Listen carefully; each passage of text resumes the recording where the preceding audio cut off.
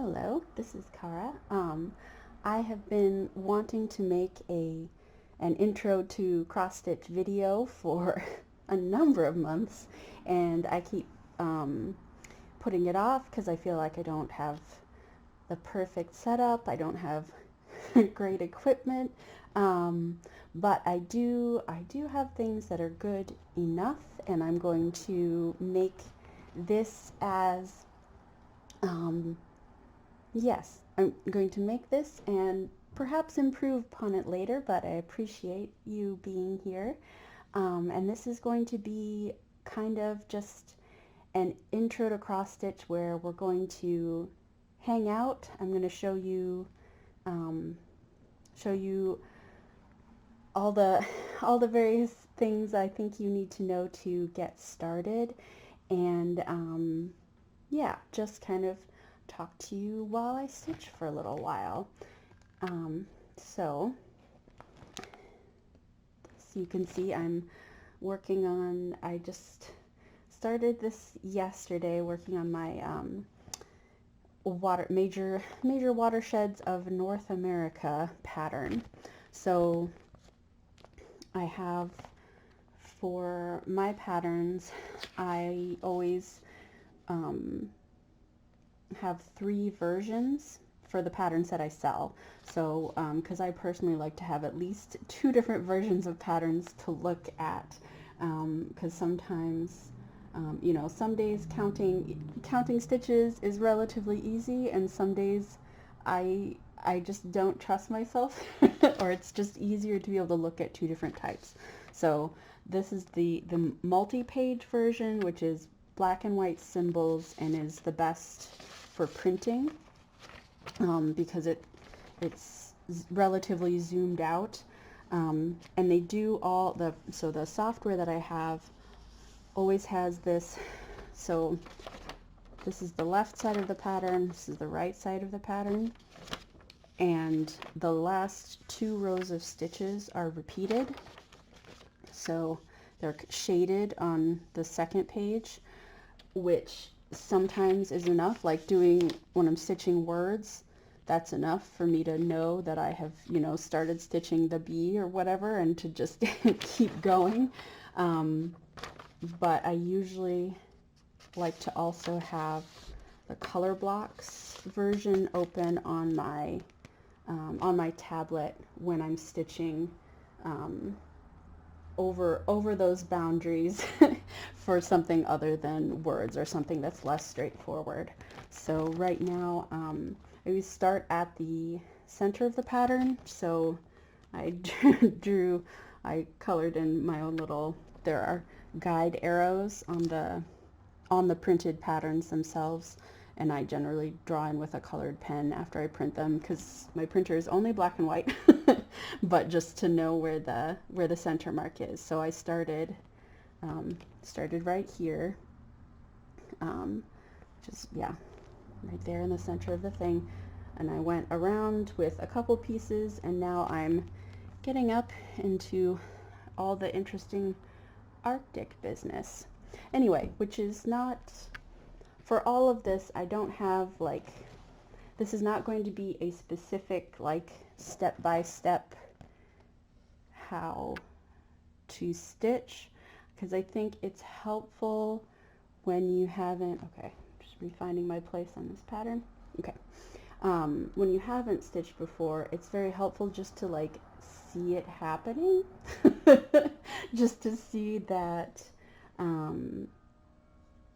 it can be pretty fluid and not require all of your concentration. So I usually stitch with, Netflix or podcast on in the background, because I often, I have ADHD, and it's very hard for me to,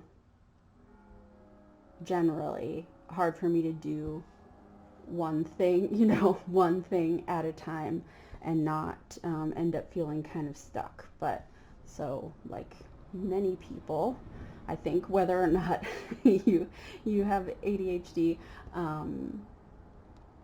I like to have, I like, be doing something that this doesn't necessarily require the words, the verbal part of my brain, and then have someone telling me a story for the rest of my brain. So you can see I have this piece. I have my fabric this is called a Q-snap frame. There's some other brands too, and I'll talk about that a little more later because I've had some interesting experience with that.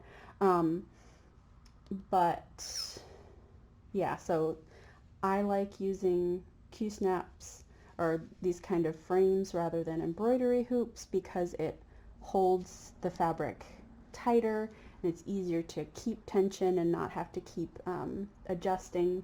I also have this is a pretty expensive floor stand. It's from Needlework System 4, which is I think it's an older couple who lives in like North Carolina who makes these. So cross stitch is at an interesting place where it was very popular. The last time it was very popular was like the 80s and early 90s, and then it's been in a resurgence for the last decade or 15 years, especially the last few years. Okay, so, but you don't need all of this to stitch, right?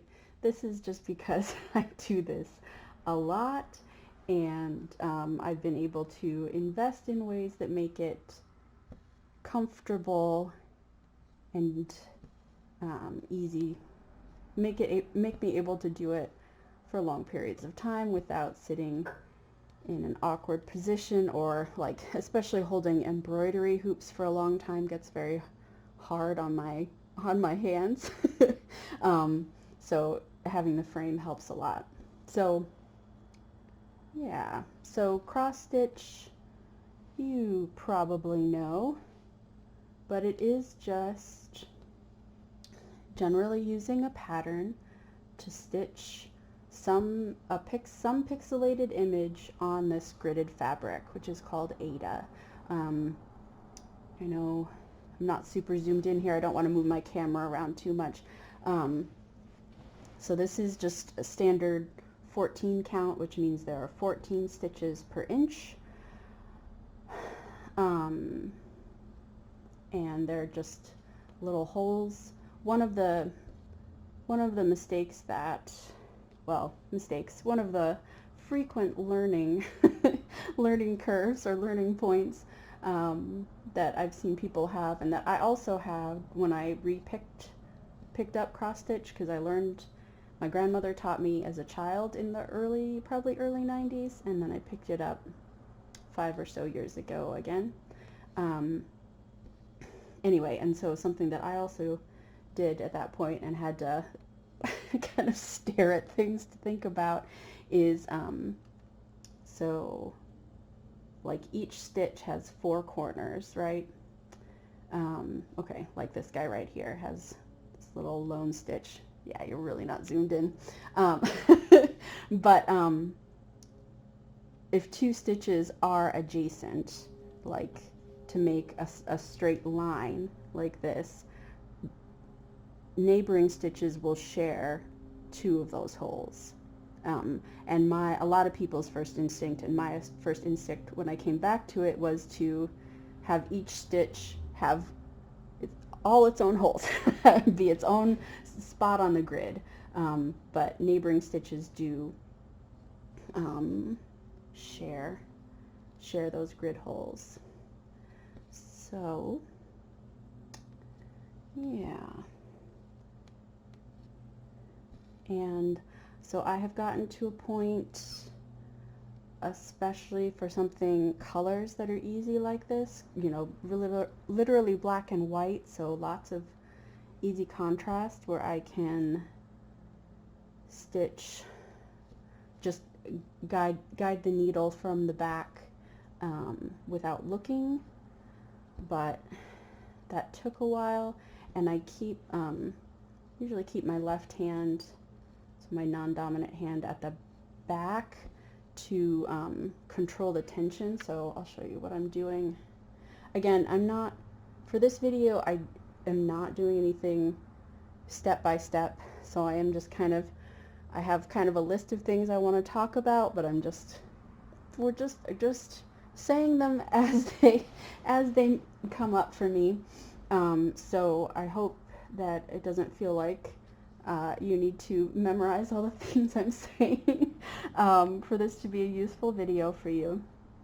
Okay, so that's those two, and then I need to go forward down here. Okay, so what I'm doing at the back is, as I pull with my right hand, using my left hand to just keep track of the tension and make sure I don't get knots, or to feel when I do get a knot, because they are inevitable as you spend more time and get develop a feel for maintaining tension. You'll probably get fewer knots, but they're always gonna happen, at least sometimes. So, okay. So I'm gonna try not to just get into a zone. So I have one other project that I want to show you. This is, to remember what my pattern looks like, to remember which way is up. So this is a smaller pattern that I'm just holding in my hand. I'm just doing another dice set, which is kind of my like processing coping mechanism. I don't know, in between pattern, when I just want to do something with my hands, but I don't want to commit to a huge project. So larger pieces can be kind of that for me a lot of the time now, but I still like just finding a piece of fabric and picking out colors that I think look good on it, and then just stitching. So I've stitched this pattern a bunch of times, so it's relatively easy. Okay, or I know what I'm getting into, so it's easy for my brain to commit to, I guess, is the most important thing. Okay, so I have this middle die started, my D20, and I just want to show you real quick how I start the thread. Uh-oh. Yes, okay, sorry. I had everything set out and then scooted over. Okay, I'm just gonna get a new piece, I think. So, let's see, I'm gonna try and keep, not super gonna be able to see all of this, but starting a new piece of thread. This is a navy blue fabric, but it's also 14 count. So I cut pieces like about an arm's length.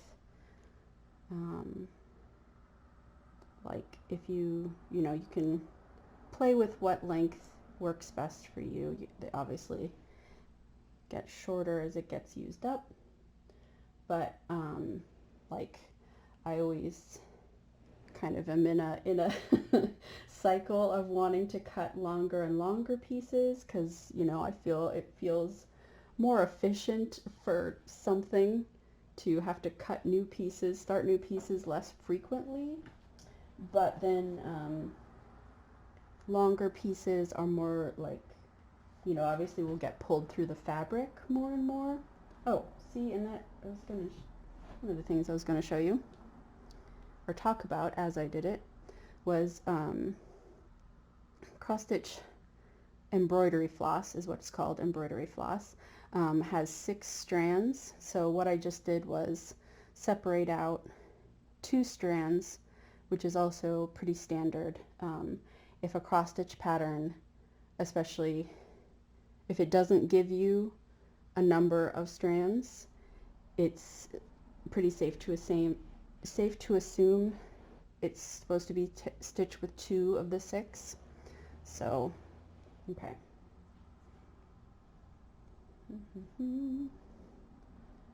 And, okay, So I'm starting with a different color because I want to start a different dye and show you how I start a completely new thread. Because once you have some stitches in the back, or once you have some stitches on your fabric, you can just push the needle through, you know, just behind the back of the stitches and hold your new thread down that way. But to start a completely new one, just want to show you, and again, the technique, I'm not trying to show you perfect technique completely. I'm going to try and maybe do some better close-up videos, but I'm just counting to my spot. Okay, so my stitches, like a cross stitch piece will look cleaner if all of your stitches are stitched in the same sequence, which what I mean by that is all of my stitches, I do the top left to bottom right stitch and then the top right to bottom left stitch. So I start either in the top left or the bottom right. So anyway, so for here, when I'm starting on the bottom, I'm starting in what is the bottom right of that X. And I know you can't see this super well, so I'm just wanting to give you this experience and to see me especially flip this back and forth as I get this new thread anchored, because there are a lot of things that you will like a lot of communities that I've found online, particularly there are stitching communities on Facebook and on Reddit, and most of the ones I found have been very helpful and inclusive and not like overly focused, like in fact not focused on doing things quote unquote any right way, but like doing things that are right for you. But I know some people, like, you feel like you should just be able to, like, if you're doing it correctly, you could just watch it from the front, just never have to flip your piece over. So anyway, so this is another thing that you'll probably get a feel for how well it works for you, or what exactly works for you. But I'm just being strategic about my stitches so that I stitch over this new thread a few times. So I like to do at least 4 or 5, and sometimes I do more, sometimes I get bored. So okay, so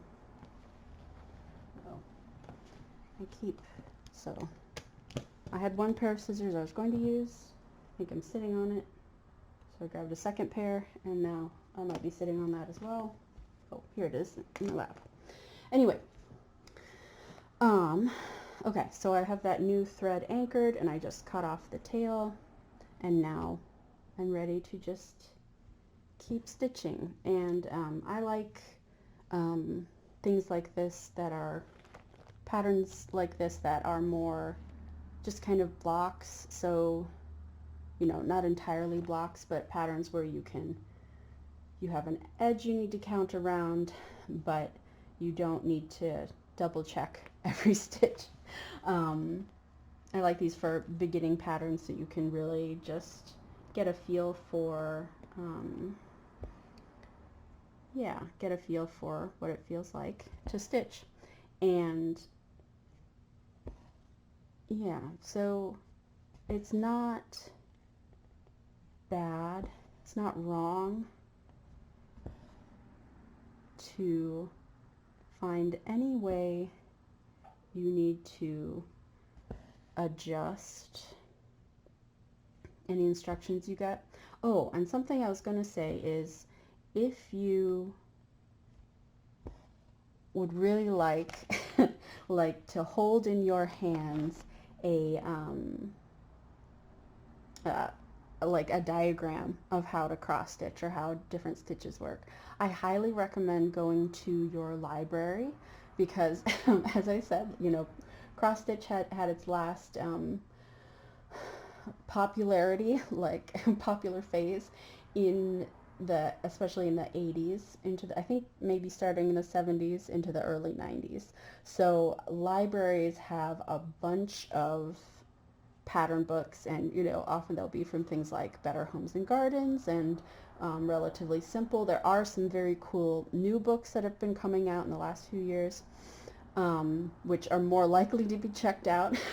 But even the older, more standard ones, there's pretty much always either in an introduction or as an appendix in the back, step by step like images of what, like, your needle, you pull your needle out of this hole and then you put it into that hole, like, which was very helpful for me, coming back to like reteaching myself to cross stitch, because it is just like, it's not, I like it because it's not very hard, like you're just making X's across the piece of fabric, but at the same time it is a technique that you have to learn. So like, it isn't just easy right away. Like it takes a while to get used to, especially keeping your tension straight. So I would recommend using shorter pieces of thread at first because they're easier to manage, if that works for you. And it takes a while, like when you're counting stitches, I think it's very common for people to not always, like it is pretty automatic for me to just always stitch like top left, bottom right, or like always stitch that line, that diagonal line first. But when you're thinking about making an X on the fabric and counting your pattern, and that's what you're getting used to, it's very common for people to have, X's with a different angle first. And that's fine. And you'll see a lot of, like, let's see, I wanted to talk a little bit about some of these rules, which are like, your piece will look cleaner if your tension is,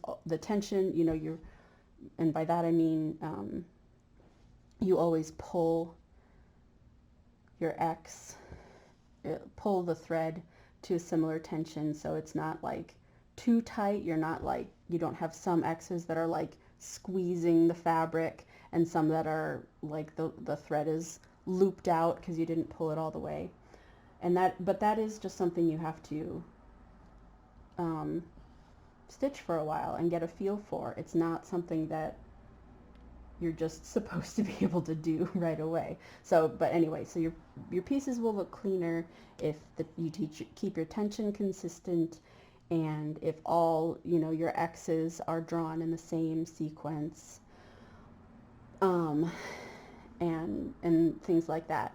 But I would encourage you to think of, like to start with a smaller pattern or a small piece of a pattern maybe, if you haven't stitched before, and to keep whatever that first pattern is as a record of your learning process, right? So your stitches, like if this is the first time that you're doing something, it won't be perfect. And it's not supposed to be perfect because you're a human being learning a thing and not like a computer booting off a software program, right? So yeah, so I would recommend starting with a smaller, simpler pattern, though I have had people tell me they've started, like one of my map pieces has been the first pattern they've ever done, and they've been able to handle it. So, and enjoyed it. So it is possible, yeah, whatever you feel comfortable with. But definitely, I want to encourage anyone learning to cross stitch to, yeah, to value your first projects as a record of your learning. Just say that again. So you will see as you do more projects, you'll see as your stitches get cleaner. You'll start to notice, yeah, you'll start to just like know what I'm talking about with all these things. Like just see it on your fabric, see it in your pieces. And I think that instead of being too unhappy or upset about an early piece having imperfections in it, you should, yeah, just really value that it will be something to compare to later. So you'll be able to show yourself evidence of this skill that you're building. If that's helpful for you, that's what I try to do when with my as I learn new techniques in this, and what I've encouraged people I've taught to do. But if that works for you, if that's not your thing, that is fine too. If you want to keep pulling out stitches, that is fine too. Okay, so I think that's what I'm going to talk about for today. I would love to know what you think of this video. If there are other things you'd like to hear me talk about or show you, I am going to be, and I guess you know what you think of this video setup. I'm going to try, keep trying to, yes, find better ways to show you the more close-up things. But yes, I would love any feedback you have, and I hope you have a wonderful time stitching. Thank you.